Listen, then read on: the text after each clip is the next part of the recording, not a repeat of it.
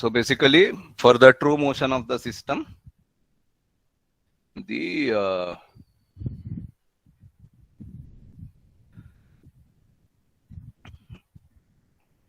variation in the action integral will be 0.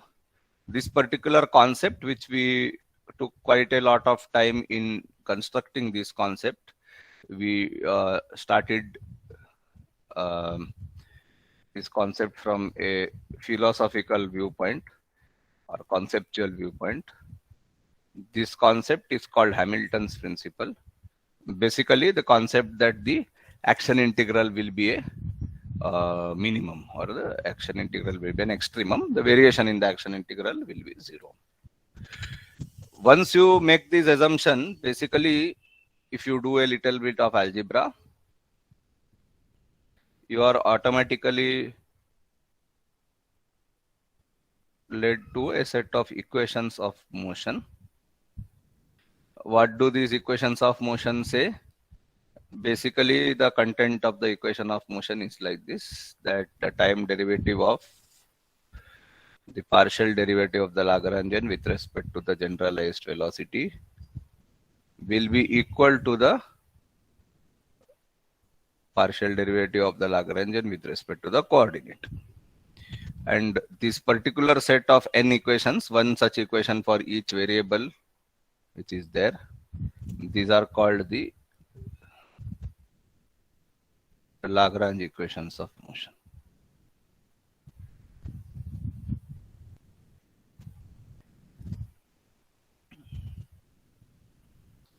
So basically, you start with this construction, theoretical construction called configuration space. You implement Hamilton's principle, and it automatically leads you to this particular form of the equations of motion.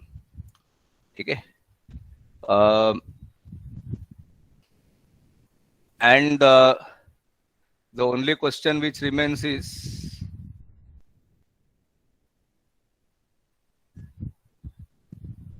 how to find this guy, because nowhere in this entire formalism anything is said about what is the nature of L.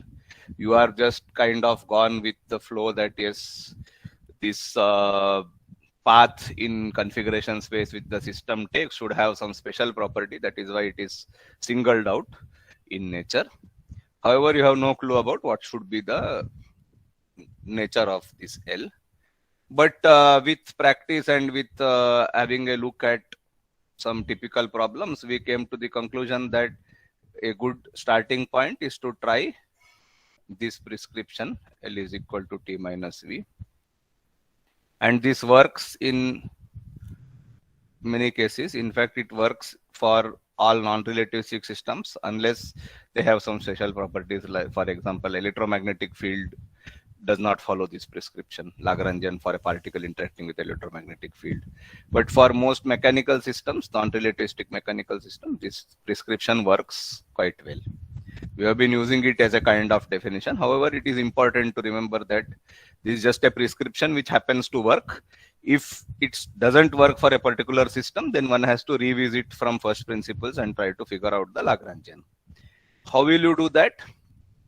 Basically, the second approach to obtaining the Lagrangian is to construct the Lagrangian based on the symmetry properties of the system.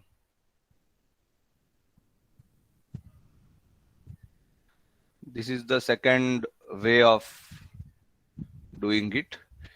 We have seen an example of this when in the assignment number 1, where there is a problem for the relativistic Lagrangian, where it is no longer T minus V, it has a different way of constructing it, and it is based on preserving the Lorentz invariance of the action integral, basically. So like that, every system needs to follow a certain set of rules, and sometimes this set of rules gives you a clue as to what should be the Lagrangian. In fact, this is the modern approach to constructing Lagrangians for many of the modern theories. For example, all of the standard model theories, that is weak interactions, quantum electrodynamics, quantum chromodynamics, all these Lagrangians are constructed on the basis of symmetry principles, basically conservation laws. Okay. So this was our basic understanding of the Lagrangian framework. Let us call this panel number 1 of this review. And basically another point which I will come to very shortly is that the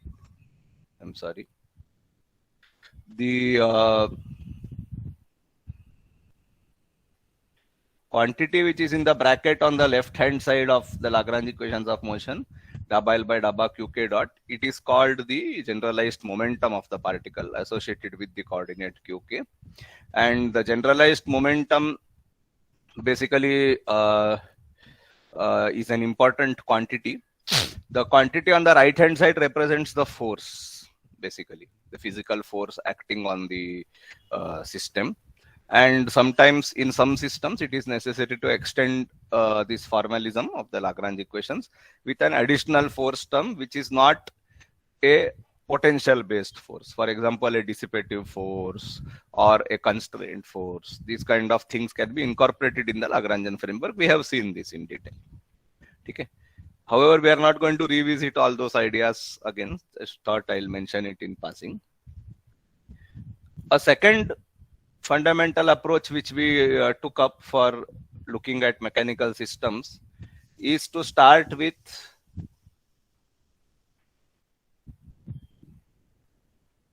the concept of generalized momentum.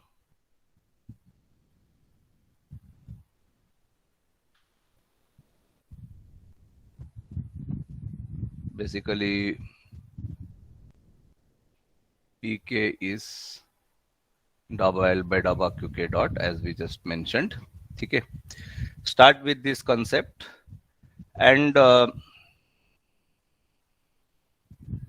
use it to construct a new space called phase space. Phase space is an expanded configuration space. It contains not only all the coordinates but also all the momenta. And our job is the same. The system state of the system can be represented by some point A.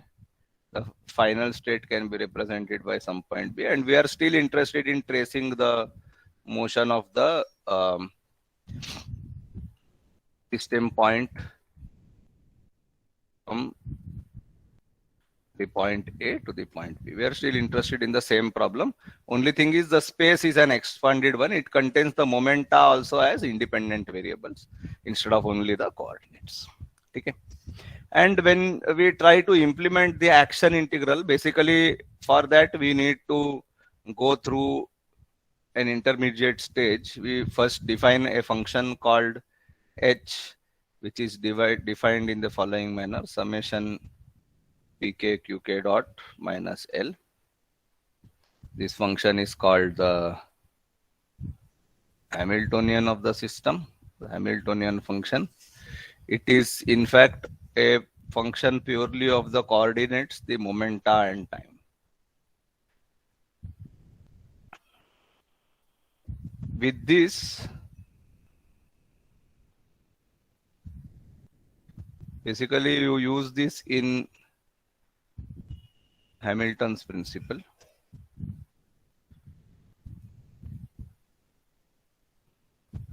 Basically, you have the same version of Hamilton's principle, only the action integral now reads as integral A to B. Since we have decided to use the Hamiltonian as a fundamental function, the Lagrangian, if you look at the definition, can be written down as summation pk qk dot minus h. This will be the new way of writing L.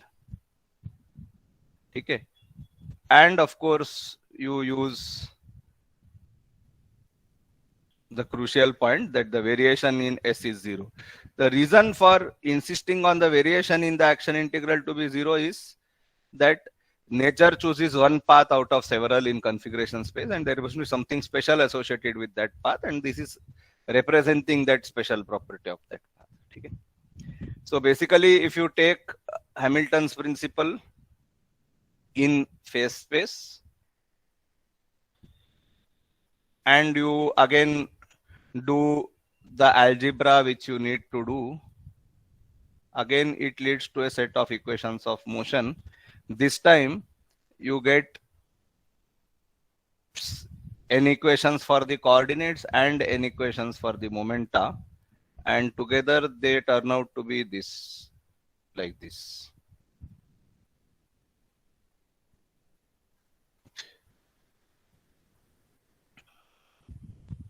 Sorry.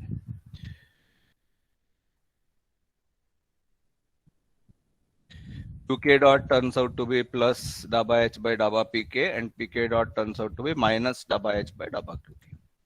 These equations together are of course called the Hamilton equations of motion. We have spoken about algebraic properties of Hamilton's equation and how they differ from Lagrange equations. Basically, first thing is Hamilton's equations are first order differential equations for the coordinates and momenta. First order differential equations are generally easier to deal with than second order. Later, we also saw that in many cases, this is not a real advantage because the equations turn out to be coupled. And to decouple them, you have to anyway rewrite them as second order differential equations only. But the Hamiltonian formalism has its own set of advantages. We have used both Lagrangian and Hamiltonian formalisms from time to time for various things, especially in central forces, properties of the Hamiltonian when we want to talk about total energy. A lot of these things we have done, and we have been fairly successful in doing all these things. How to find the Hamiltonian? Basically, once you have found the Lagrangian for a system, you don't have to do any extra effort. Hamiltonian is just an algebraic conversion with some caveats which we have discussed. That is, the q dots have to be inverted to be written in terms of the p's and so on and so forth. However, we have also seen that one can start the theory fundamentally from a Hamiltonian from scratch instead of going through a Lagrangian approach. That thing is also there. Okay. But basically, this represents the two kind of pillars on which we have based our discussions so far. Another important concept which I feel that we can treat it as a separate idea. So let me introduce a third panel here, panel 3. Basically, if a coordinate, let us say qk,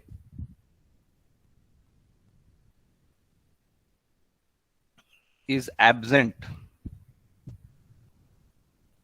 from either the Lagrangian or the Hamiltonian, then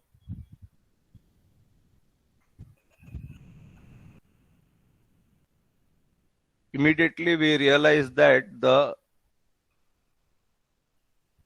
momentum which is conjugate to that coordinate, that is, if the coordinate is qk, then the momentum is pk, this will be conserved.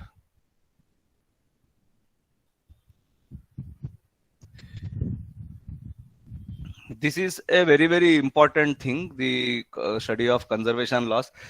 This is easily seen from both forms of equations of motion. Basically, if the Lagrangian doesn't contain any of a particular coordinate, then the right hand side of the Lagrange equation becomes 0.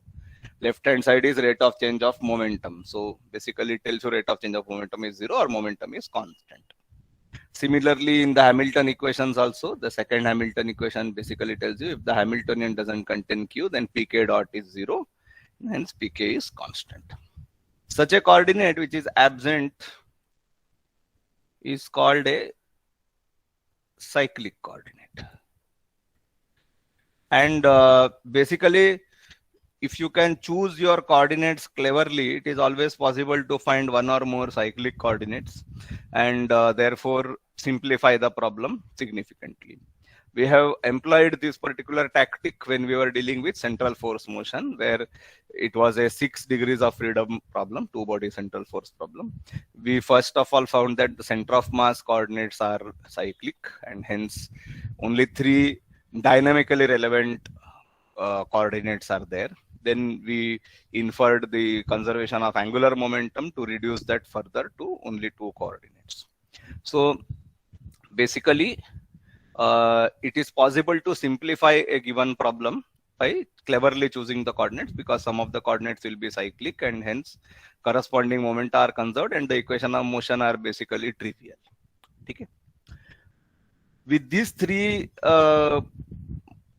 concepts, namely the entire framework of the Lagrangian approach, the entire framework of the Hamiltonian approach, and the concept of cyclic coordinates, with these three, we will be trying to construct our further understanding of mechanics. That is going to be the aim in whatever we are going to do further.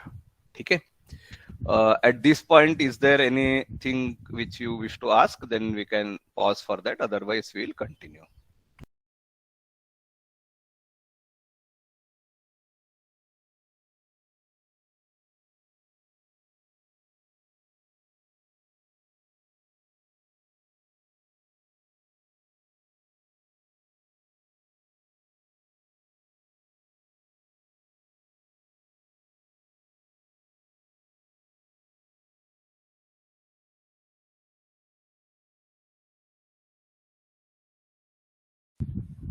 All right. If there is all of this is clear to everyone, then let us move further.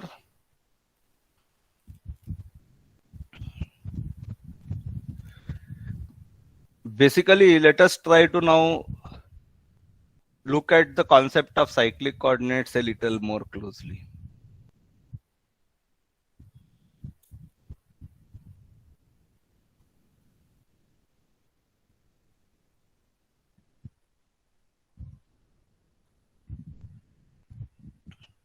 This discussion is very trivial, but it is very important. So please do pay attention.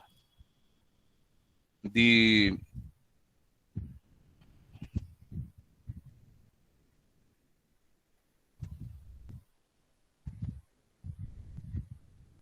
idea here is very simple. Let us take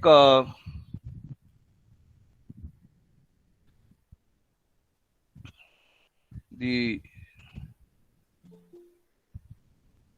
equivalent central force problem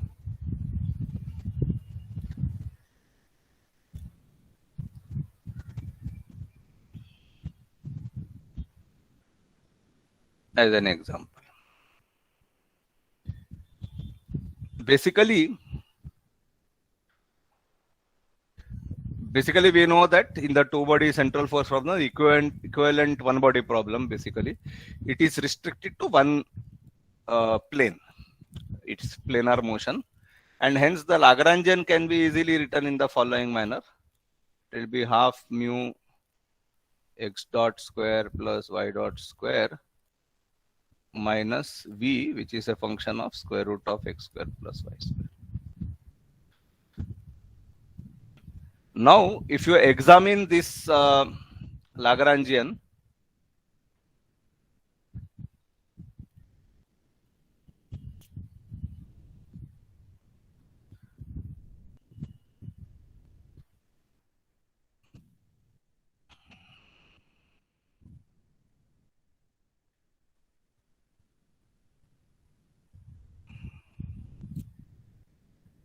how many cyclic coordinates are there? The answer is none, obviously.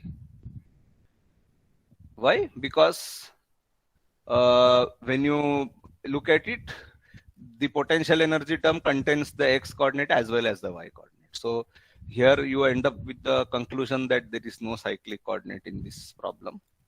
However, if you do a coordinate transformation to plane polar coordinates, then the new Lagrangian turns out to be half mu r dot square plus r square theta dot square minus v function of r. Now, if you examine the same system is same, I only change the coordinates. It is immediately clear that you have one cyclic coordinate, and that cyclic coordinate happens to be theta, because theta is absent in the Lagrangian. Only theta dot is present, about which we are not caring to comment. We are only bothered whether the coordinate is present in the Lagrangian or not. Therefore, And hence, because theta is conserved, then of course, if you look at it in Cartesian coordinates, the conserved momenta are also none, obviously, because there are no cyclic coordinates. In the case of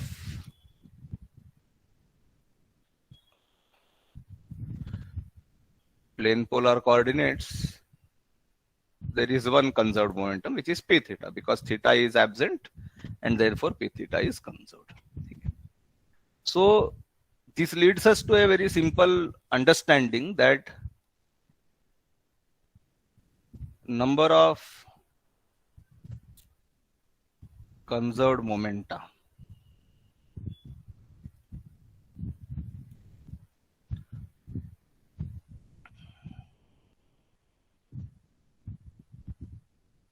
depends on the choice of coordinates.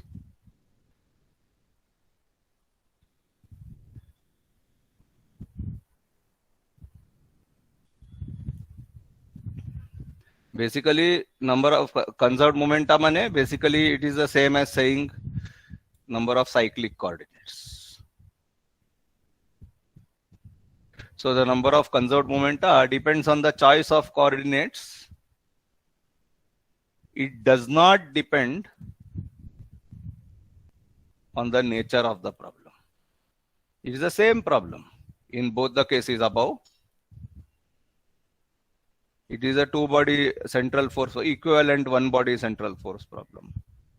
The problem, physical problem is the same. Just your choice of coordinate decides whether some quantities are conserved or not. Okay. This is very, very important as a realization, that it means that basically if you are clever enough to choose a very good set of coordinates, you could even end up with, even for a system with many degrees of freedom, you could even end up with a set of coordinates which are all absent from the new Lagrangian or the new Hamiltonian. When you are making a coordinate transformation, once you have reached the new set of variables, you could in principle have a situation where all the coordinates are absent from the Lagrangian, and hence all the momenta are conserved and all the equations of motion are therefore trivial. Okay. Of course, it's a good concept, but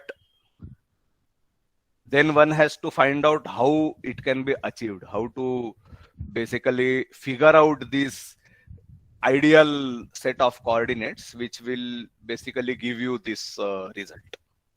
Okay. So basically your whole approach to mechanics becomes, our original approach to mechanics was solve differential equations, integrate, get the answer. Instead of that, a cleverer way seems to be search for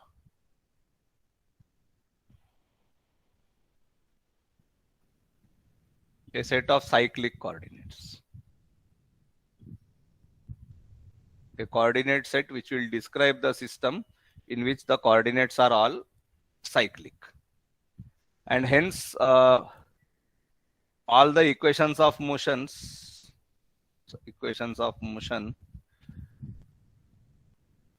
are reduced to conservation laws.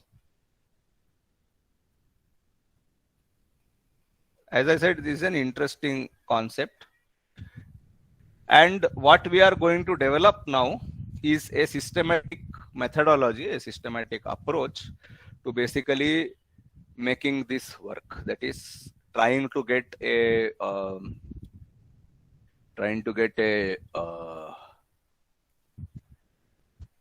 framework in which we are able to obtain those particular generalized coordinates which are cyclic. Okay. This systematic framework which we are going to use is called the framework of something called as canonical transformations.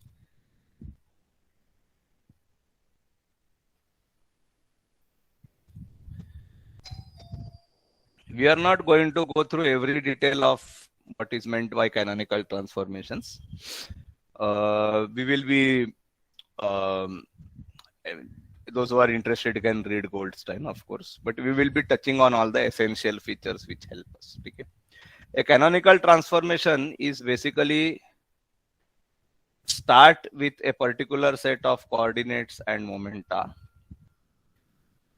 and transform to another set of coordinates and momenta, which for the purpose of the entire discussion which follows, we are going to represent the old variables, old coordinates and momenta by small letter q and small letter v, and the new coordinates and momenta by capital letter q and capital letter p. And how to achieve this transformation is going to be our topic of discussion. Okay.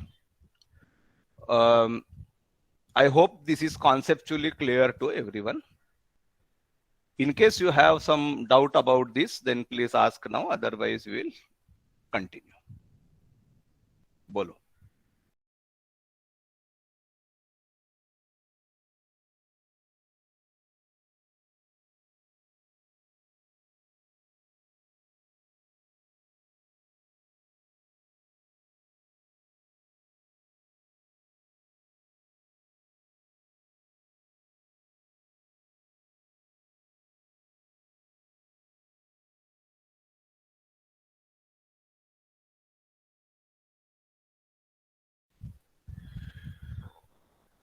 To continue our discussion, let us basically try to formalize this framework, what we mean by canonical transformations.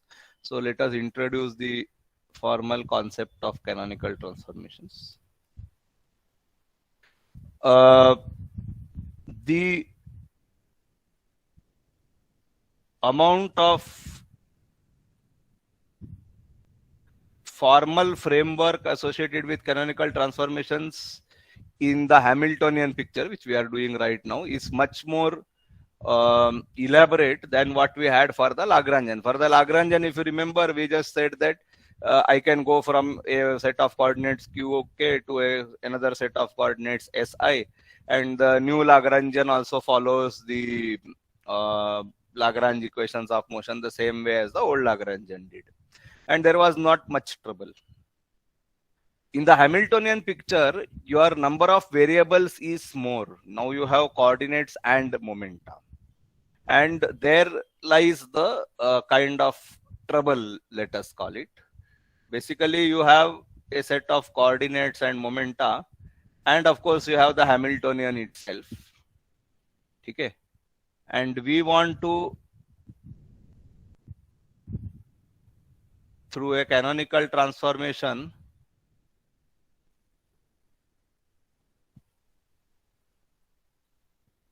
we want to go to a new set of coordinates and momenta. Let's call this qk and pk. Then basically, I have got q's, which are basically, which can be functions of the old coordinates and the old momenta.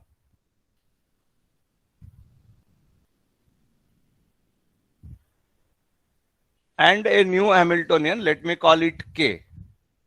K is just a symbol for the new Hamiltonian, just as capital Q and capital P are the new coordinates and momenta, capital K is the new Hamiltonian. If you read Goldstein, he jokingly calls it the Camiltonian, just for fun. You can do that if you want. Okay. And we know that using these two set of coordinates and this Hamiltonian, basically we get the equations of motion as qk dot is equal to plus dabba h by dabba pk, and pk dot is minus dabba h by dabba qk. These are the equations of motion we obtain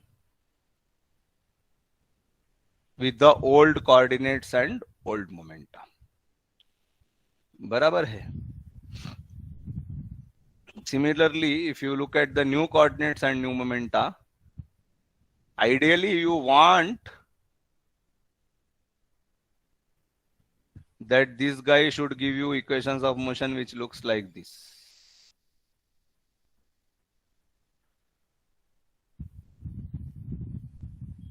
Sorry, the new Hamiltonian is called K. So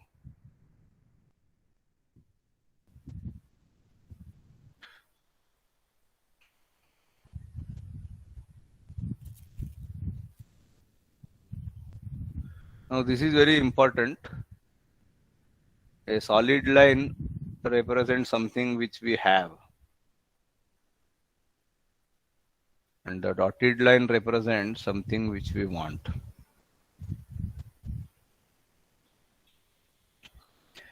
Why we are emphasizing this? The reason is the following, that I can write down any two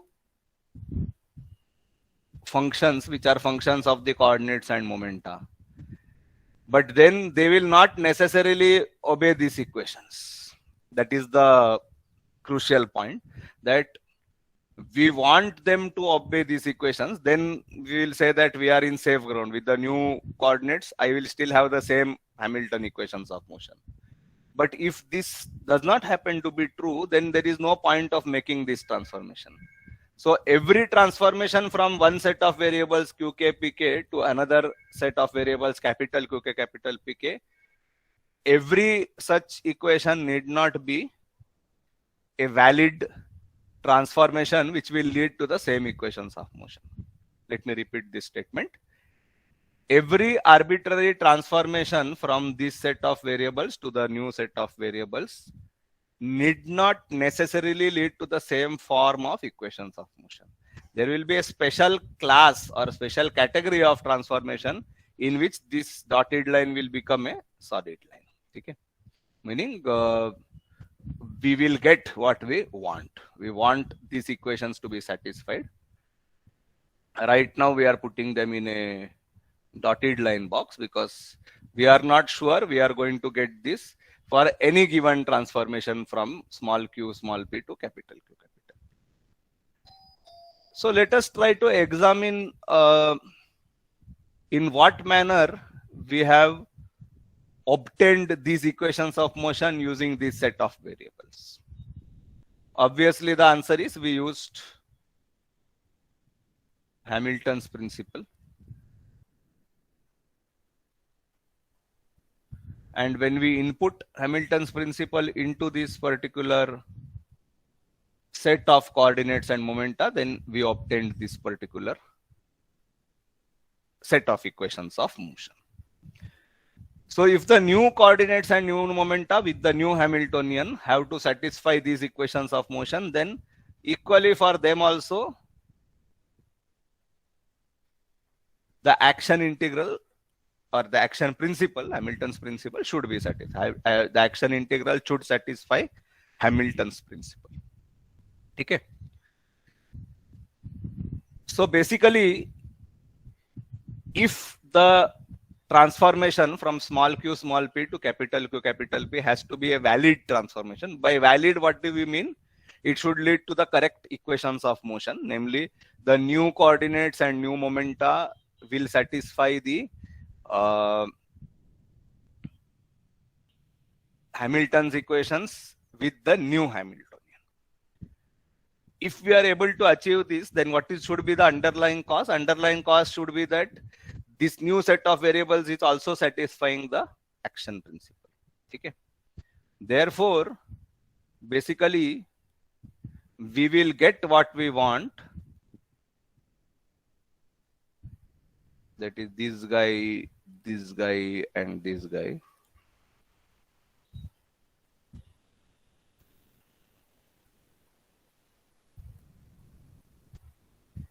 That is, take this set of coordinates, they will satisfy action Hamilton's principle, and you will get this equations of motion. All this is possible only if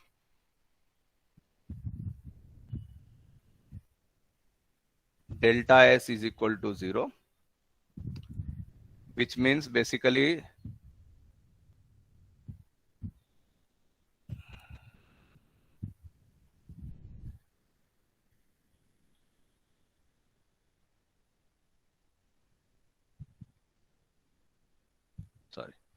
new Hamiltonian.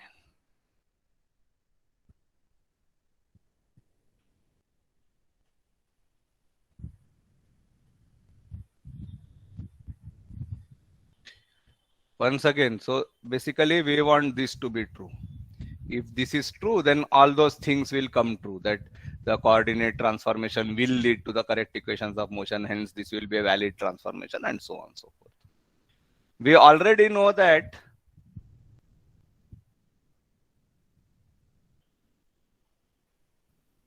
the old coordinates do satisfy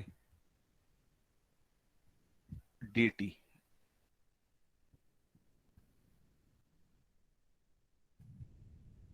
The old coordinates and old momenta and the old Hamiltonian do satisfy Hamilton's principle. This is a known fact. Once again, we are following the same convention. All things which we want are in dotted line. All things which we have are in solid line. Okay. Now, when you compare these two expressions, variation in this integral is 0.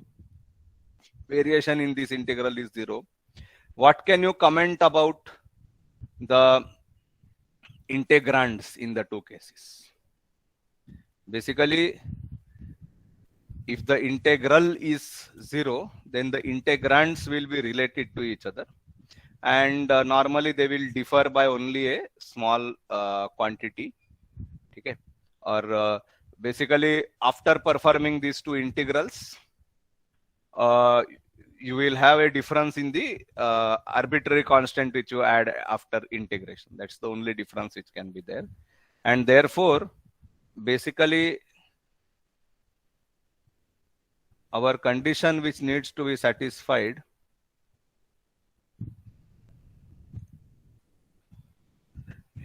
this way.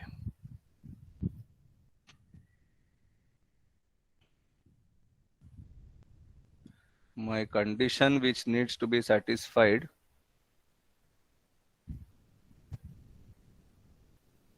is the following, that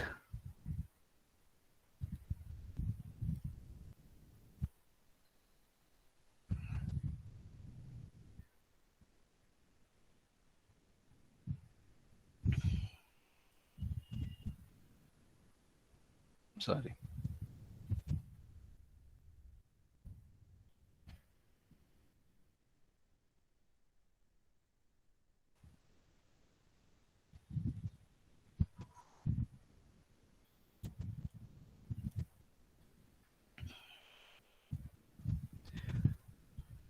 Basically, this equation will look familiar. What you are saying here is basically, if you look at it closely, the left hand side is the old Lagrangian, right hand side is the new Lagrangian plus a term df by dt. We already know in the Lagrangian case that this makes perfect sense. This is called a gauge transformation of the Lagrangian. So basically here you have a gauge transformation applied to the action integral, and you know that as long as the old set of coordinates and new set of coordinates are related by this particular relation, automatically the action integral will be having extremum value. In other words, it will be satisfying Hamilton's equation. In other words, once you have arrived at the new coordinates and momenta, they will satisfy Hamilton's equations. So basically, we come to our definition of canonical transformation. Basically, something, let me write it in English so that it's clear. A transformation is canonical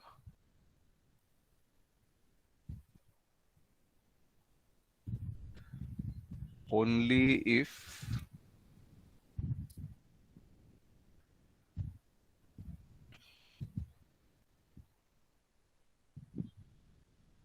the new coordinates and new momenta satisfy the Hamilton's equations of motion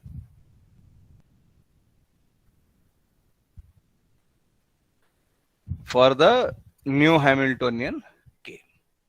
This is a kind of definition of a canonical transformation, that any transformation from small q small p to capital Q capital P need not be a canonical transformation. This is a departure from where we were in the Lagrangian framework. In the Lagrangian framework, our thing was very simple.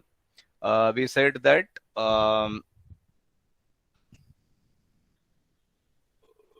our any transformation to a new set of variables, call them Si, from the old set of variables Qk, any transformation is allowed, there is no problem.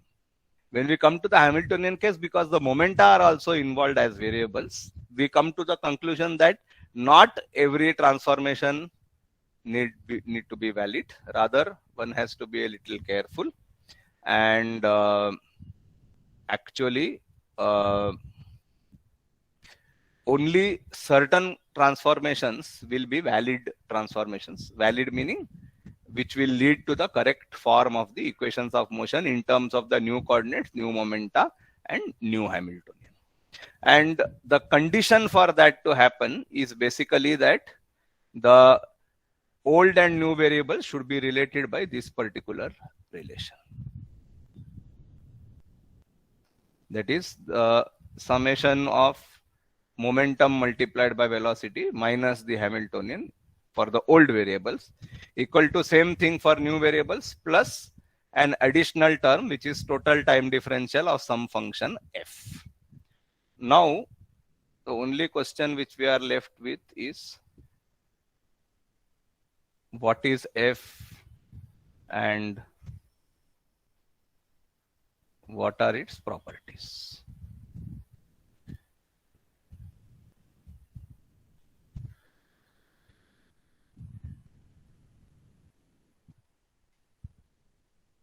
The function f in this particular formulation is called a generating function. Now we will take this terminology right now and live with it, and at some stage we will come to a realization why it should be called as generating function. Right now we will just live with this terminology. F is called a generating function for the canonical transformation. One can easily see that the left hand side of this equation contains only things which depend on the old set of variables, and right hand side the first two terms depends only on the new set of variables. So obviously there has to be something which connects the two, and hence we realize that f acts as a bridge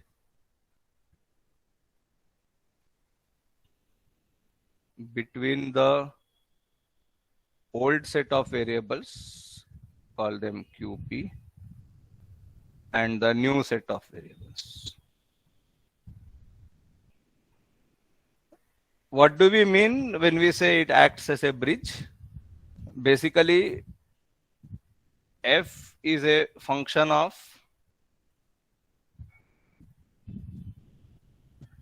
some old variables, some new variables, and time.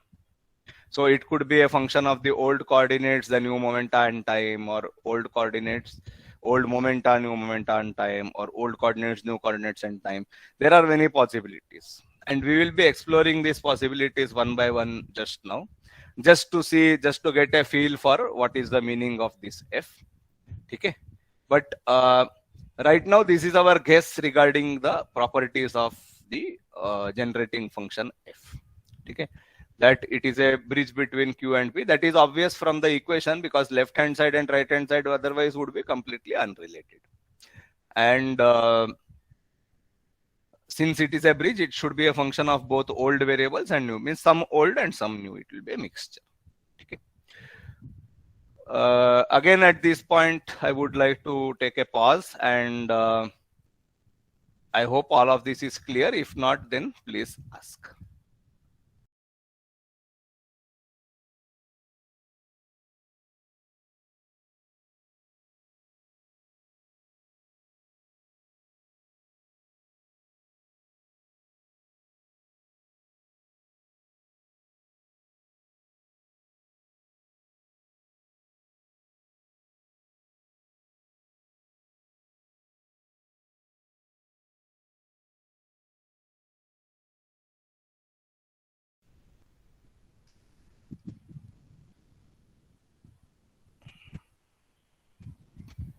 The next point of discussion is to discuss different types of these generating functions. This is basically just algebra. So my request to you would be that you can also do it simultaneously rather than waiting on the board. There is nothing conceptual or understanding based here. It is just going to be a flow of just plain algebra, normal algebra. Let us try this. So basically, what we are going to discuss is different choices of what will be f. Okay. The first such so-called choice would be f is a function of the old coordinates and the new coordinates and time. The key is that f should always be a function of old variables and new variables, and in a particular way we'll come to that. Okay. So right now let me take an example where my generating function f is a function of the old coordinates and the new coordinates. So basically this is a completely free for all kind of thing, in the sense any function of the coordinates and momenta can generate a canonical transformation. That is the key here. Okay, because there is no condition on what should be f. In the previous discussion, we just said that the two integrals, the two action integrals, action integral in terms of the old variable and action integral in terms of the new variable, they differ by an arbitrary amount f. So f is completely arbitrary. You can take any choice for f, and this is a particular choice for f which we have taken. If we take this choice for f, then what happens to our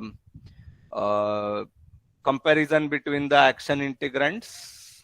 You have summation pk qk dot minus h on the left hand side is equal to summation capital pk capital qk dot minus the Hamiltonian k plus df by dt. What will be df by dt in this case? It will be daba f1 by daba small qk dot plus daba f1 by daba capital qk into capital qk dot plus daba f by daba t. This is just an expansion of df by dt. Is this okay for everyone? Now that you have this, let us try to group this. You can see that some of the terms have qk dot, some of the terms have capital qk dot, and the other terms don't have any coefficient. So let us try to group these things together. Basically, you get qk dot multiplied by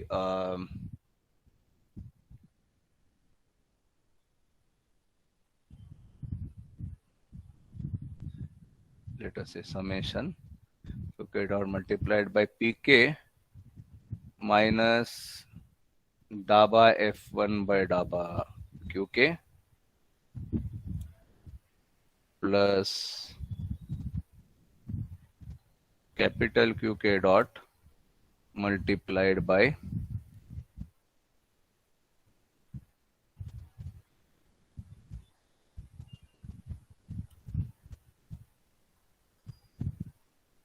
minus pk minus daba f1 by daba capital qk plus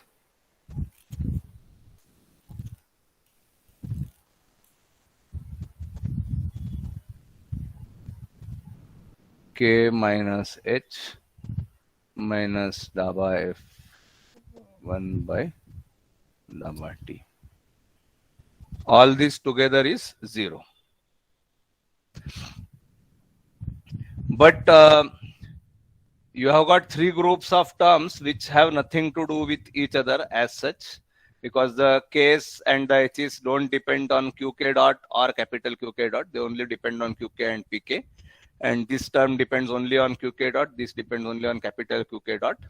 And therefore, these three brackets should individually go to 0 for the right hand side to be 0. And therefore, you get three relations. You get PK is equal to, actually, if you don't mind, I'll just rewrite this quickly in a different way. Sorry for that.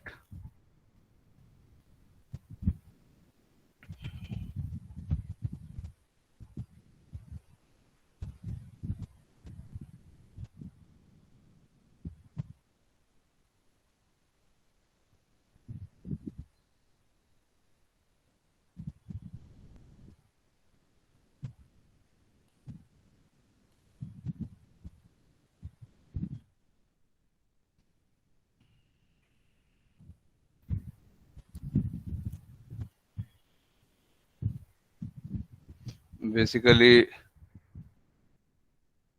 this thing will be 0, and this leads to an expression for PK, an expression for capital PK,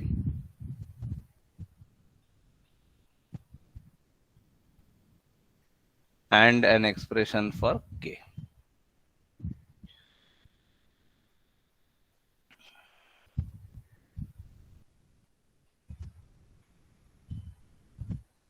Let us just try to understand what we have achieved here. Basically, we said our starting point is take some arbitrary function which depends on old coordinates and new coordinates. Some function, I don't care. Okay. And just put it on both the sides of the this thing and see what comes. That is what we have done. And basically, if I choose f1 to be a function of the old and new coordinates, then what I get is an expression for the old momentum and expression for the new momentum in terms of the old coordinates and new coordinates. So basically, once I have taken a particular choice of f, whatever variables are not present inside f, I get expressions for those guys. Okay. How this will be useful is a secondary question. We'll answer this in detail when we come to problems involving canonical transformations. Right now, the mechanism of how this works should be clear, and that is our aim in this exercise. The mechanism of the generating function giving you something, what does it generate? You call it generating function. What does it generate? Right now, from what we can see, whatever information is not there inside f, those things are coming as output. For example, f contains small q and capital Q. Hence, we get expressions for small p and capital P in terms of f, the first two equations. And if f depends on time, then the Hamiltonian also gets modified, and the new Hamiltonian is old Hamiltonian plus partial time derivative of f. Okay. Let us take a few more types of these generating functions just to get a better flavor, and then we will try to revisit this idea in a bit more detail. There are 4 types, as you can see, because you have 4 possible combinations of Q and P. A second type of canonical generating function is the following. Consider f is equal to f2, which is a function of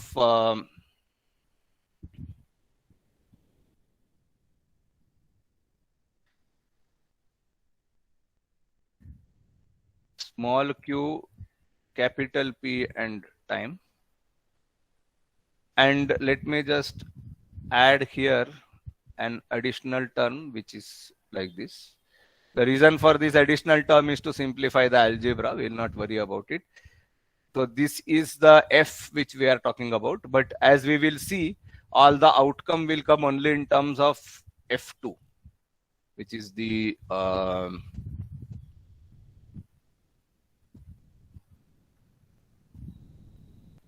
actual generating function. Let's have a look. Again, we plug this into the condition for qk qk dot minus h is summation capital Pk capital Qk dot minus k plus daba f2 by daba qk dot plus daba f2 by daba capital Pk dot plus daba f by daba t,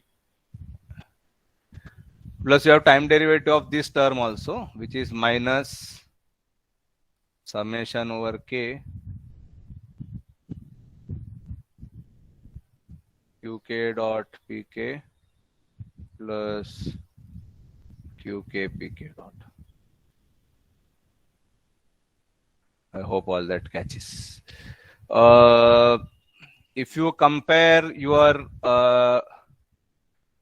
expressions on the left and right, one of the terms cancels, namely this term cancels with one term inside the bracket, and everything else can be grouped as before. And when you group them, basically you get summation qk dot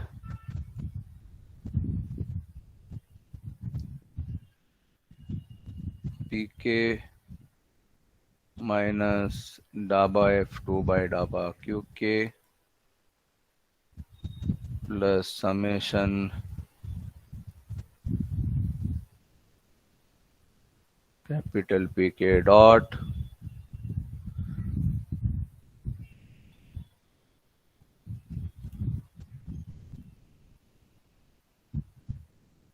qk minus daba f2 by daba capital Pk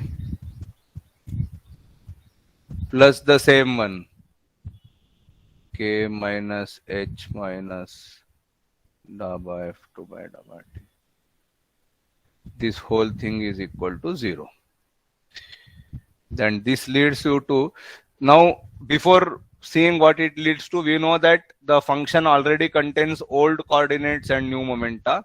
So I should be getting expressions for new coordinate and old momenta, and that is exactly what I get.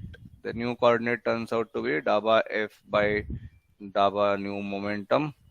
Old momentum turns out to be plus daba f by daba old coordinate. Hamiltonian transforms the same way as before, daba f2 by daba t. So basically, if the generating function doesn't depend on time, then the old and new Hamiltonian are going to be same. This is something like which continues to be true. Once again, let us see the similarity between the two things which we did. Basically, whatever two variables you put inside the generating function, the corresponding other two variables are what you get at the output. Basically, if you take some arbitrary function of old coordinates and new momenta, I will automatically get an expression for new coordinates and old momenta, and so on. If I take old coordinates and new coordinates, I'll get expression for old momenta and new momenta, as we have got in the first case. The third type of function, f3 type, is basically a function of the new coordinates and old momenta. And again, for simplification of later algebra, we'll add a additional term of this type, and again do the same algebra. You will find that the left hand side is the same, Right hand side first two terms are the same. Only difference is in the nature of f. In each case, it takes a different value. In this case, daba f3 by daba capital QK dot plus daba f3 by daba small pk dot plus daba f3 by daba t plus summation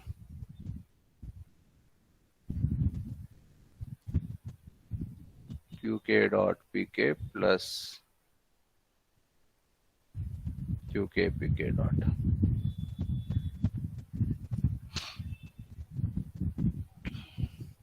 Once again, one term will cancel from left and right side. It is the term in pk qk dot, which is this term, and everything else can be grouped as before. And when you do that grouping, basically you get capital QK dot minus PK minus daba F3 by daba QK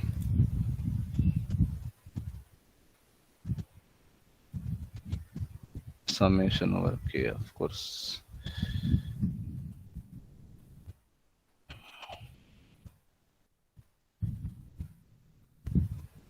Small pk dot times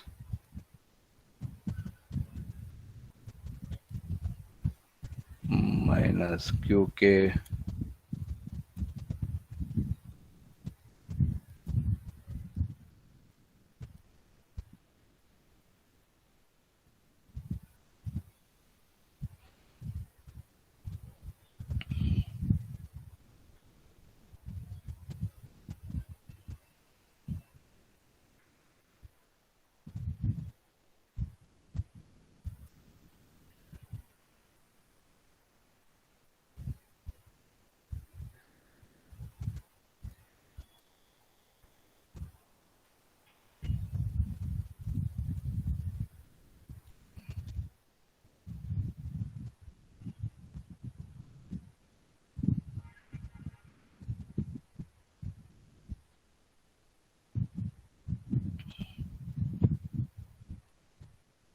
and which results in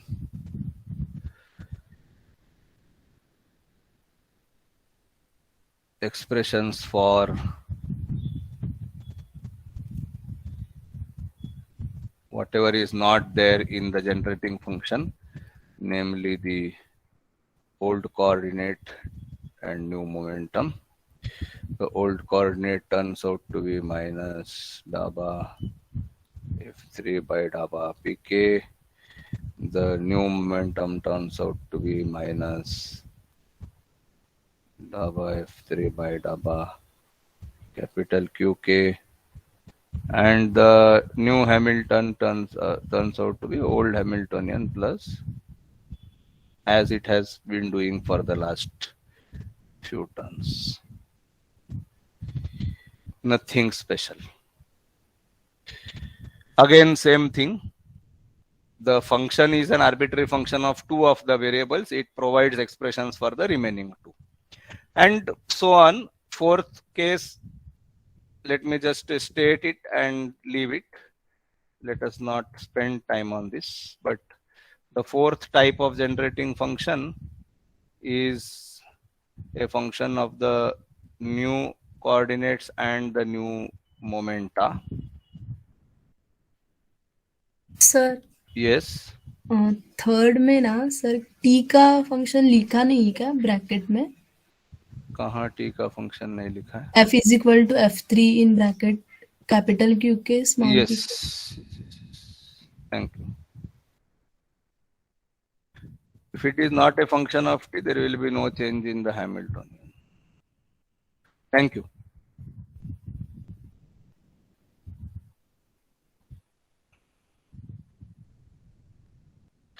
And if you use this, then I will not do all the tedious algebra, but if we quote the end result,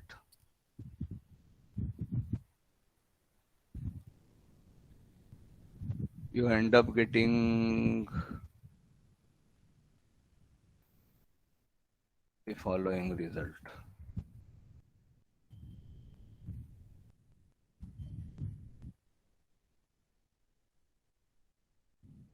Basically, you will get an expression for the old coordinate and the old momentum.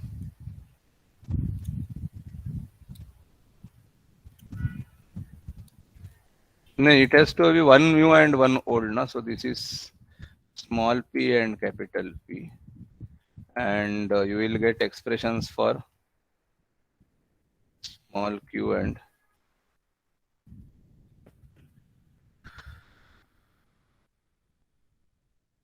that's the thing. And the result you get is the following. This is minus daba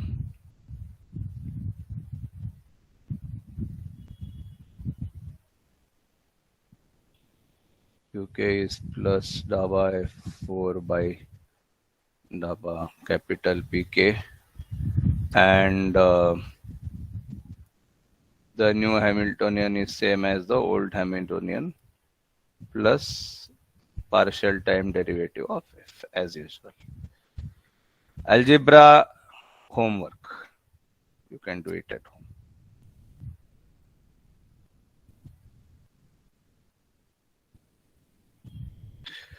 Okay. These four sets of expressions, which you can learn it by heart more or less, can help you. If you take any arbitrary function as a generating function, it can help you to obtain the remaining variables easily. Of course, just by looking at these expressions, we will not get any feel. So the next step to do is to take up an example. But right now, if you have any question, doubts, queries, please ask. We'll take a pause. Bolo.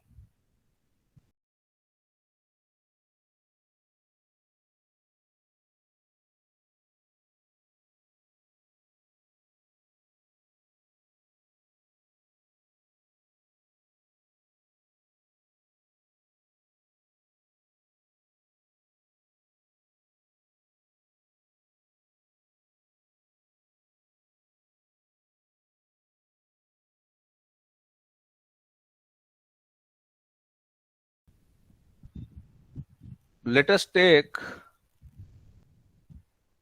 an example.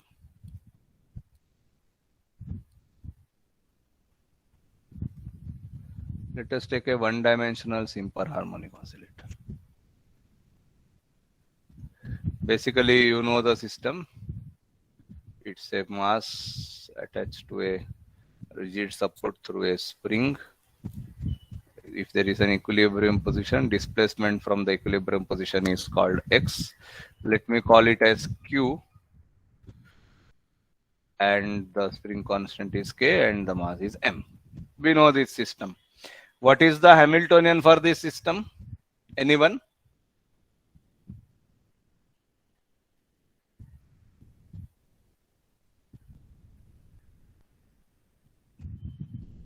Hamiltonian for simple harmonic oscillator?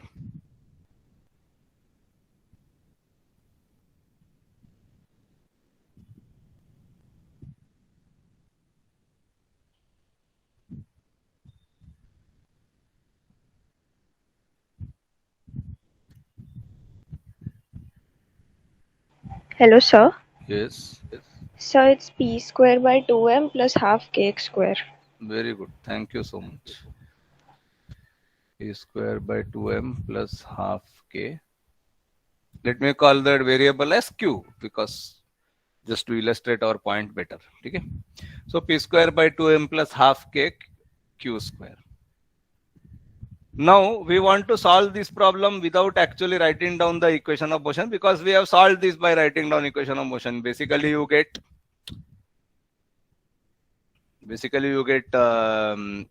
two first order differential equation which you have to decouple by writing them together as a second order differential equation.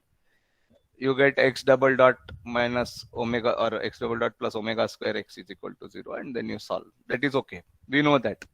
We are not interested in that. We are interested in using this new technique which we have. What is the principle behind the new technique? Try to eliminate the coordinates. Try to write down this guy in such a way that the coordinate is no longer present in the Hamiltonian. That is the aim. Okay. Eliminate coordinates from the Hamiltonian, have only momenta in the Hamiltonian, and therefore simplify your life by having a easier equation of motion. Now let us rewrite this in the following manner. Let us take 1 by 2m common. We get p square plus mk times q square. Agreed?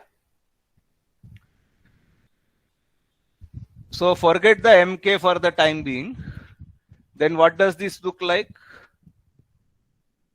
It is like kind of x square plus y square. Yes?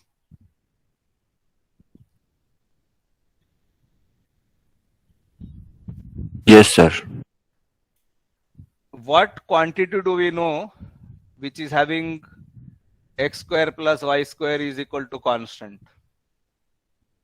I mean, there can be many quantities, but like universally adding the squares of two quantities gives you a constant. One possible guess is that if I take x as, let us say, sine theta and y as cos theta, then yeah, this will give me sine square plus cos square equal to constant, equal to 1 basically. Barabar hai. So let me take a guess.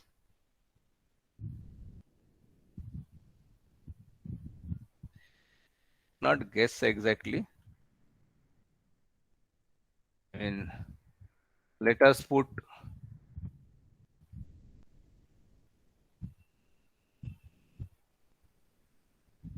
by the way, here the x quantity is square root of mk times q. Let this be equal to sine q, and let this be equal to cos q.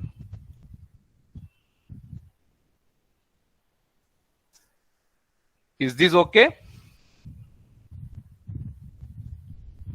If I substitute this here, I will get something, correct?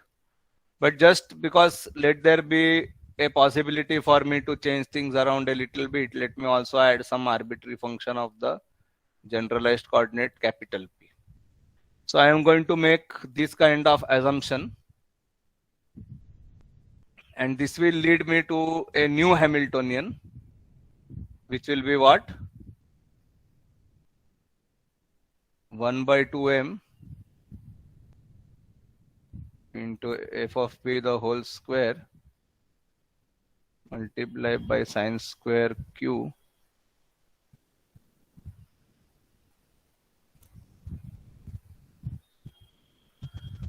correct?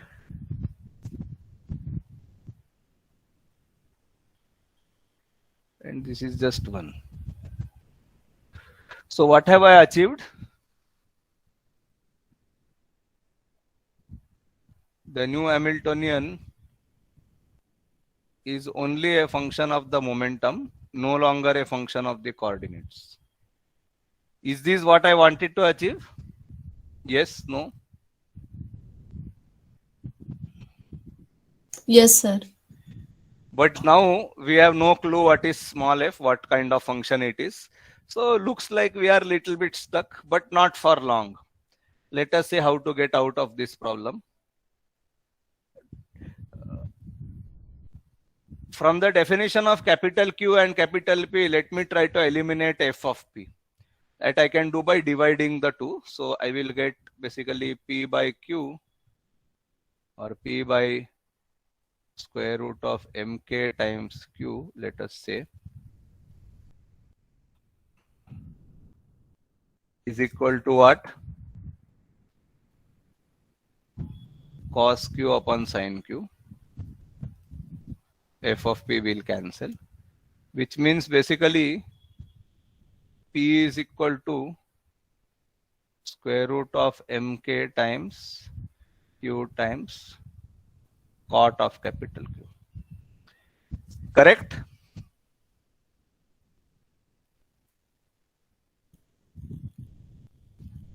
Yes, sir.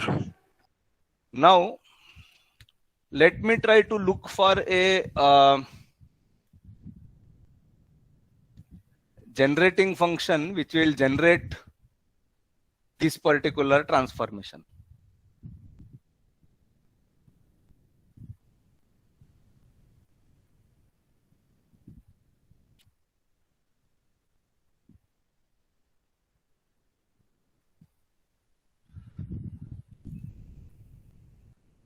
If I, what is the right hand side? A function of small q and capital Q.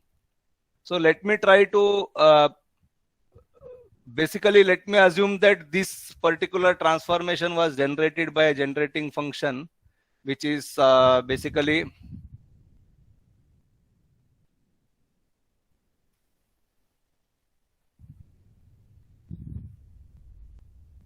of the F1 type. So this is basically also equal to daba F1 by daba small q, because it is an expression for small p. Barabar hai? So if daba f by daba q is this quantity, then what will be f?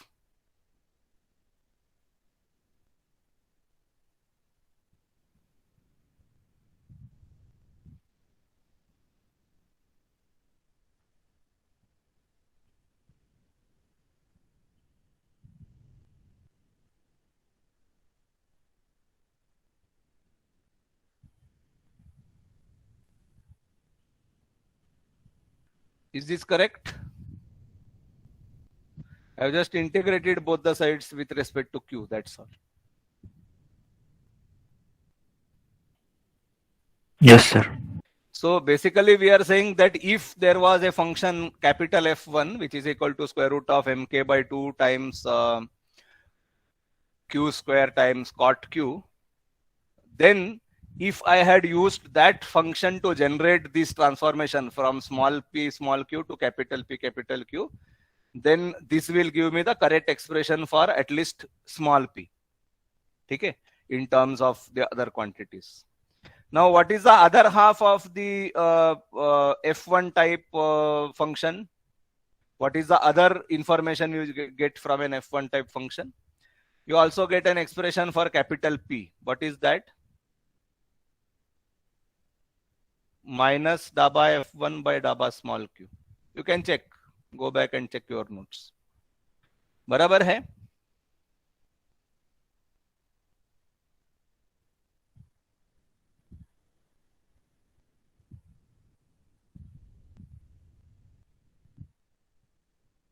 Is this correct? Yes, sir. Yes. But what is F1? We already know. If you differentiate this, what do you get? The differential of cot is cosec square minus cosec square. Minus cancels with this minus. So you basically get capital P is square root of mk upon 2 times q times cosec square capital Q. Correct?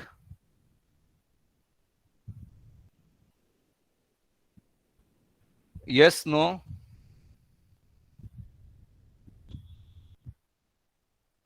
Yes, sir. But now we know what is Q square. Q square is nothing but f of p the whole square upon mk times sine square q from the definition of q. Okay? So this will give you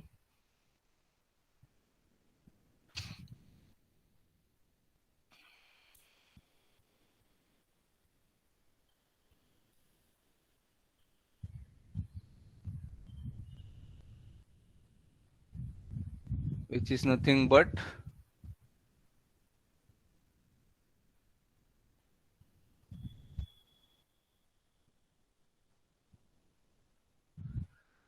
you can do the algebra, it's not difficult.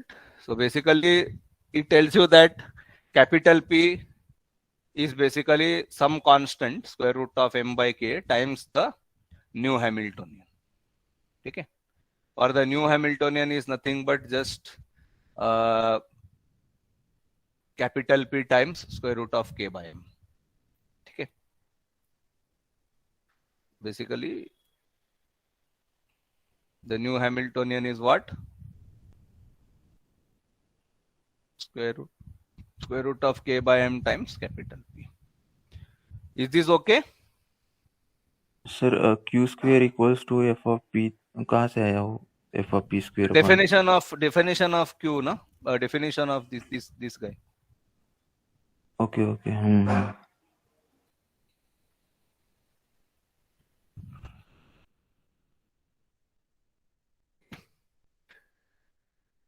So you have got now a clean expression for the new Hamiltonian. It is just square root of k by m times capital P.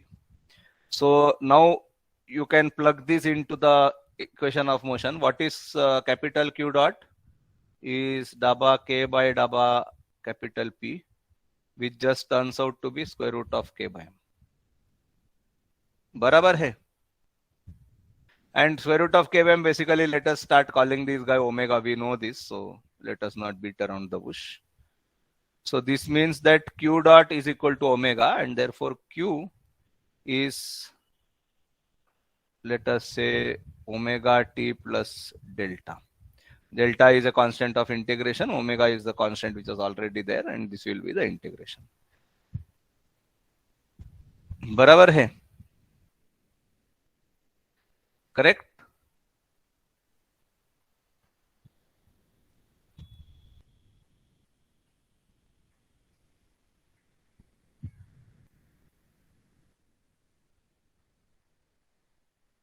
Yes, no? Yes, sir. Another thing we will realize is that if we try to look at f of p, basically f of p the whole square by 2m is actually equal to the total energy of the system, because the system has a Hamiltonian which is not dependent on time and in which the potential energy is purely a function of the coordinates, and therefore it satisfies all the conditions for the Hamilton to be equal to the total energy, and therefore you get the f of p the whole square by 2m is equal to the total energy of the system. बराबर है? And therefore f of p itself will be having a value equal to square root of 2m.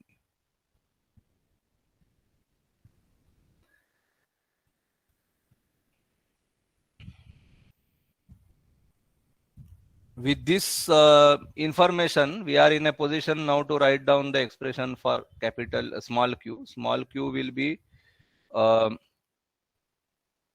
f of p by square root of mk times sine q, which is basically square root of 2me upon square root of mk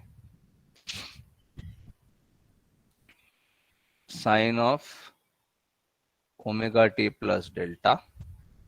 sir हाँ, sir यहाँ Q capital Q dot is equal to डो K upon डो P, ये क्यों लिखा है sir?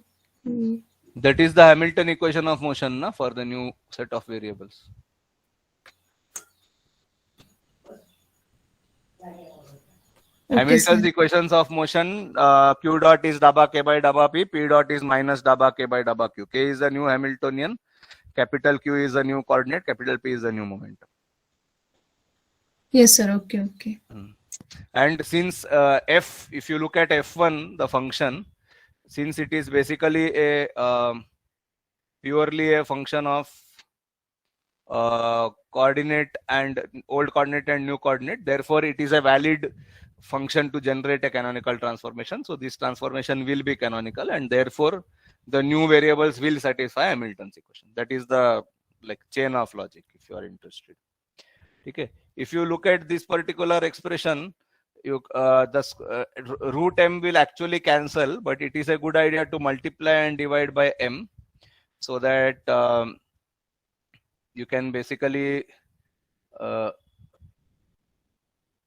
it in the following manner: square root of 2e by m omega square. So basically, sorry,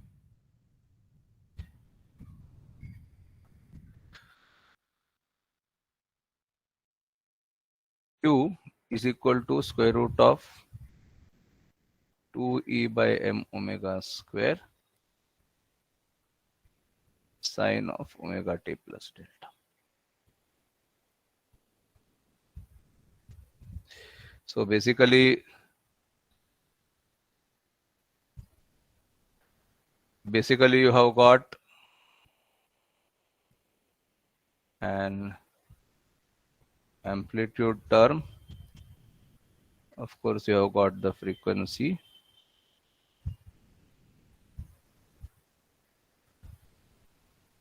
and you have got the initial phase, what you call the phase. Okay, and this is the complete solution to the harmonic oscillator equation, because this gives you the position as a function of time, which is what you wanted to know.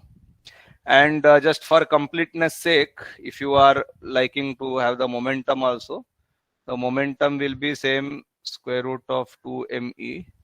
Basically, let us write it in detail.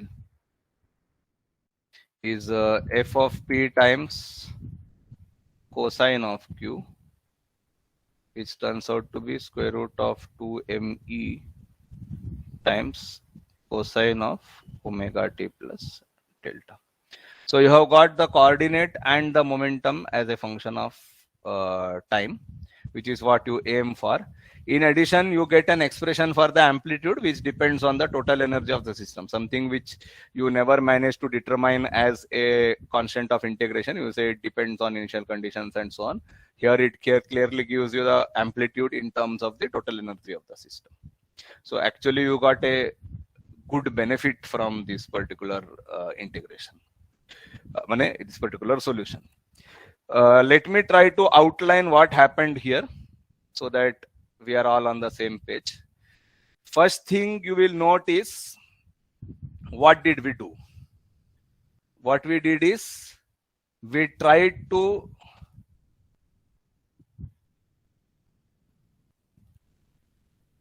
simplify the existing Hamiltonian. That is, we tried to eliminate the coordinate, and we succeeded in doing that. The coordinate goes away as a sine square plus cos square thing, and the new Hamiltonian turns out to be only a function of momentum. Step one is okay. Then we said that what could be the possible way of going from this small q to this capital P capital Q. Basically, small p small q are given to me as part of the problem. Capital P capital Q is something which I am using as a mathematical tool right now. I don't care what is their physical meaning. Okay. So how to extract that mathematical tool from wherever I am sitting? That is the question. And for that, basically you try to find an expression for the one of the variables in terms of the other two.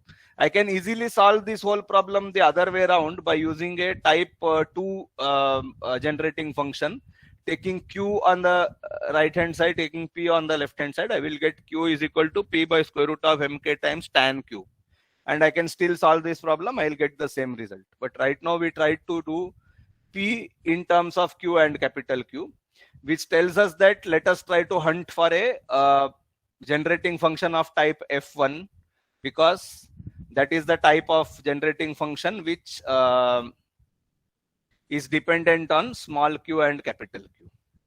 And since we have this expression for p and this expression for p from the theory side, so we used this to obtain what should be F1. And then using that, we use the other half to obtain what will be capital P in terms of the variables of the problem. And once you got that expression, you could simplify it and you obtained an expression for the new Hamiltonian. This was a expression for the new Hamiltonian in terms of some unknown factor, which is an unknown function f of p. Here you have a completely determined Hamiltonian. In order to completely determine the Hamiltonian, we had to go through the stages of using the properties of the generating function. This is something to note. Okay. And once you have done that, basically your equations of motion become simple because P is a constant and you only need to know the equation of motion for Q dot, and that equation of motion give you this, and you integrate. This is an integration here. You integrate it to get capital Q, and then just substitute it backwards, and you obtain an expression for small q. So basically what you did was, I had a difficult problem in terms of the variable small p, small q.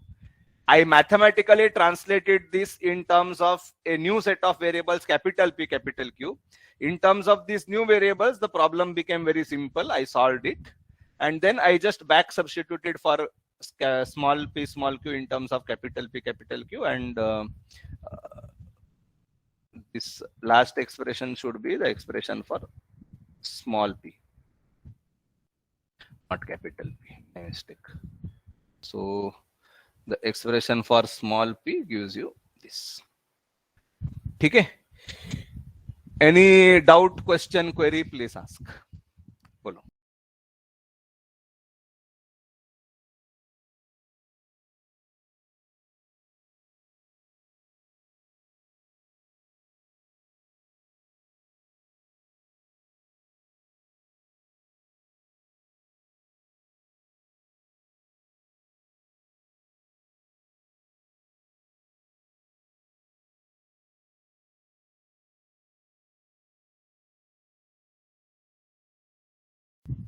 See, the new variables, it is not easy to interpret what this means basically. What is the meaning of capital Q and capital Q is a kind of phase factor, time dependent phase factor, and capital P is some kind of scaled energy. So basically the new variables are energy and phase. They have dimensions of angle and angular momentum, but they are actually physically, they are basically phase and energy. So they are not really your standard set of Q and P money. They are not some recognized generalized coordinate and generalized momentum. So it is not a good idea to read too much into the nature of the transformed coordinates. They are just mathematical tools to help you get the answer in a easier way. That's all. So finally, we never want our answer in terms of capital P and capital Q. No, you want the answer in terms of small p, small q, which are the variables which are actually involved in the problem. Okay, sir. And what is special about this canonical transformation, sir? Well, you didn't have to solve a differential equation, did you? Second order differential equation. Okay. You bypassed that effort. See, harmonic oscillator is not a good example in the sense it's a very familiar differential equation. So you know how to do the original thing quite well. But if you are faced with a much tougher problem, okay, then sometimes using this kind of techniques to simplify your problem actually helps a lot. Okay. We'll try to take up a couple of examples down the line, but basically the idea is it helps to simplify your problem to a significant extent. Basically eliminates the need for you to do like donkey work, differential equation thing. Differential equation, solving a second order differential equation is basically donkey work here, because see, you have n number of techniques to solve them. You can do them directly, you can do it by factorization. If everything else fails, you can do it by series solution method, Frobenius method. But all that is donkey work according to me. This is a much cleaner way to do the same thing without doing any differentiation. There is just algebra, but there is no integration as such. There is integration in two places, but these are all incidental and very simple integrals. So I feel this is a good approach. But let me be clear about this, that we are actually more interested in the formal part of canonical transformations. What are the theoretical constructions, the theoretical framework which you can develop using the help of canonical transformation. That is the main aim in this course, but it also helps to simplify problems. According to me, this is a much neater and much more elegant way of solving the harmonic oscillator problem than what we do conventionally by a second order differential equation. I don't know if you agree with me, and I won't blame you if you don't agree, but basically that's the thing. Okay, is this okay? Let us just look at one more thing before we stop. One more idea, one more concept. Basically, this is like an effort to understand what we are doing. When we say we are doing canonical transformations, we have found some equations to do with the canonical transformation based on the generating functions. We have used it to solve one problem, and yet the feel for what is canonical transformation is not very clear. Is this right? Did you get the same type of feeling? Yes, sir. Yes, Very sir. good. That is a very natural feeling.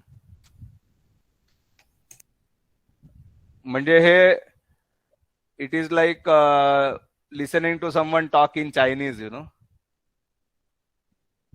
with lot of hand waving expressions. तर ते हातवारे काहीतरी थोडंफार समजत असेल, परंतु भाषा समजणार नाही. This is a new language, new concept. It may not register immediately. My suggestion is Goldstein has a lot of time and lot of effort dedicated to this concept of canonical transformation, and he motivates this quite well. Part of that motivation we have seen today, but you can have a look at that after this class so that things get consolidated better. But basically, let us try to kind of understand the framework in which we are talking about this. Basically, what we said is that I have a trajectory in phase space from a point A to B.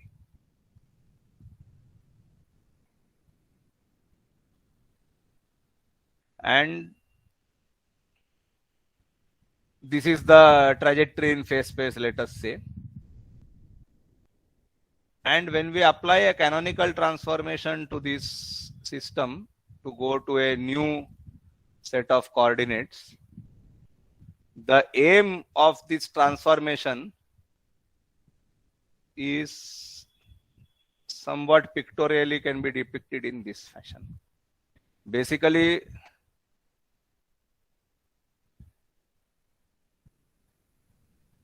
what you are achieving is a simplification of the problem. At least from the problem solving viewpoint, this is the main aim of what we are doing. Basically, you have got a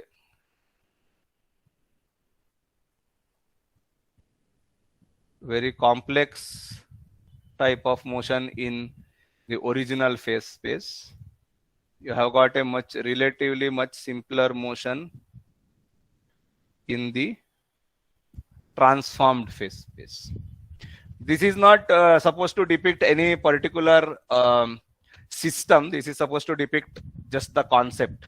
What you achieve by doing a canonical transformation from the problem solving viewpoint, basically in your original variables, if the system is fairly complex, you can transform to a new set of variables such that in the new set of variables, the problem is relatively simple. Only thing is, unlike Lagrangian mechanics, where you can always transform from any set of coordinates to any other related set of coordinates, in the case of the Hamiltonian framework, only a certain set of those arbitrary transformations will actually be valid. By valid, what you mean is Hamilton's equations will be satisfied by the new variables only if the new variables and old variables are related in a certain way. And that is what we came up with as the conditions for the canonical transformation. And we found that as part of these so-called conditions, you have something called a generating function, which basically is a function which gives you one half of the transformation provided you input the other half into the function. So basically, if you look at the harmonic oscillator problem which we just did, basically in order to get F1, we had to somehow introduce some guesswork into the system, and finally we got F1 in terms of Q and capital Q. Okay. But once we had got F1, it automatically gave us expressions for capital P and small p. Meaning, small p was part of the method to obtain capital F, the generating function, and then it gave us the expression for capital P, which helped us to solve the problem completely, because that gave us the access to what is this arbitrary function f of p, and that is how we solved the problem. So basically, the idea is to simplify the computational or calculational part of your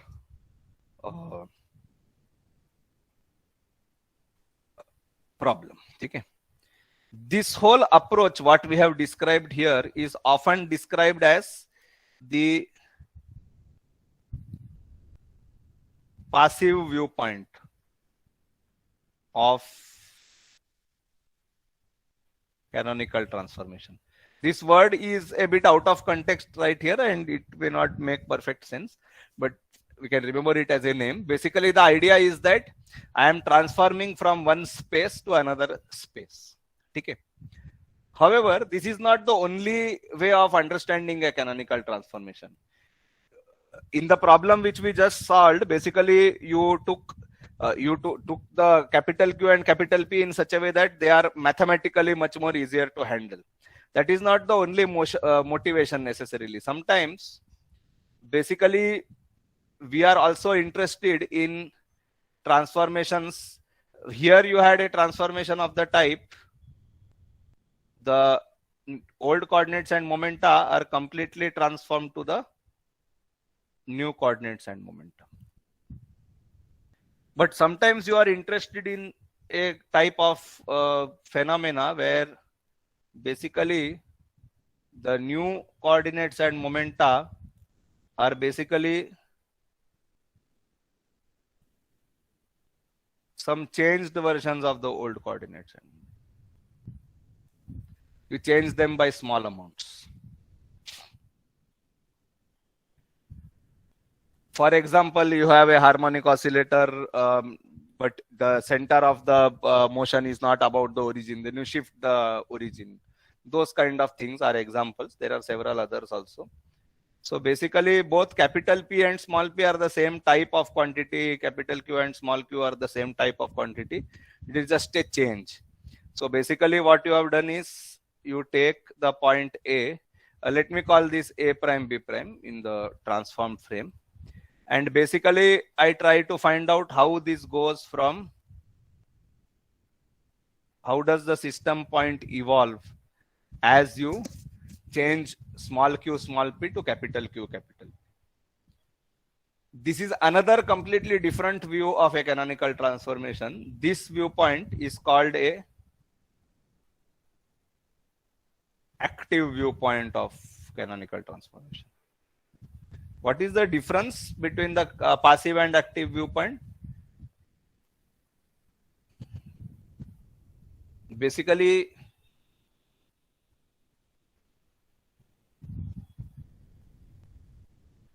in the passive viewpoint,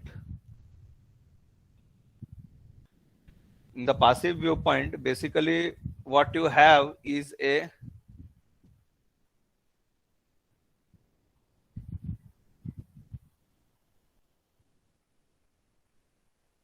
change of the space in which I am doing my physics. I have one phase space and I gave up that phase space to go to another phase space.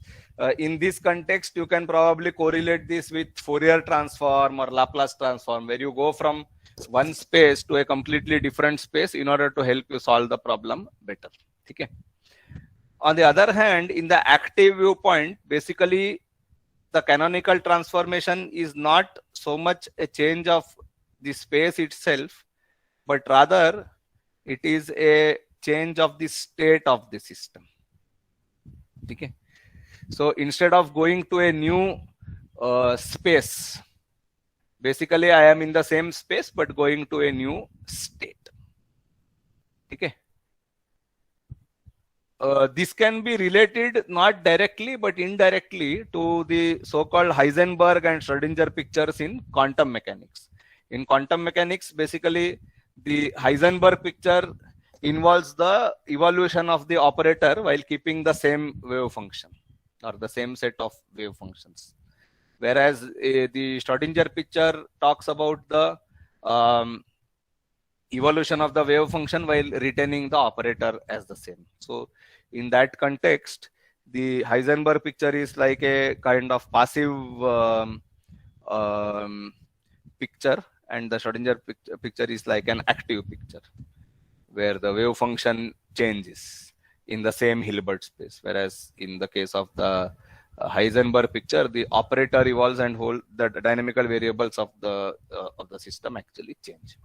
Okay, I don't want to dwell on that particular point. I just wanted to put this forward, that the purpose of studying canonical transformation is not only to solve problems, it is also to understand the basic mechanism by which things evolve. If you look at the active viewpoint, basically it tells you about evolution of the variables in phase space, and this is going to be a very important theme in what we are going to study further. Okay, that how to look at canonical transformations as a kind of tool to understand how things evolve as time progresses. Okay, or how one variable evolves as a function of another variable, those kind of things.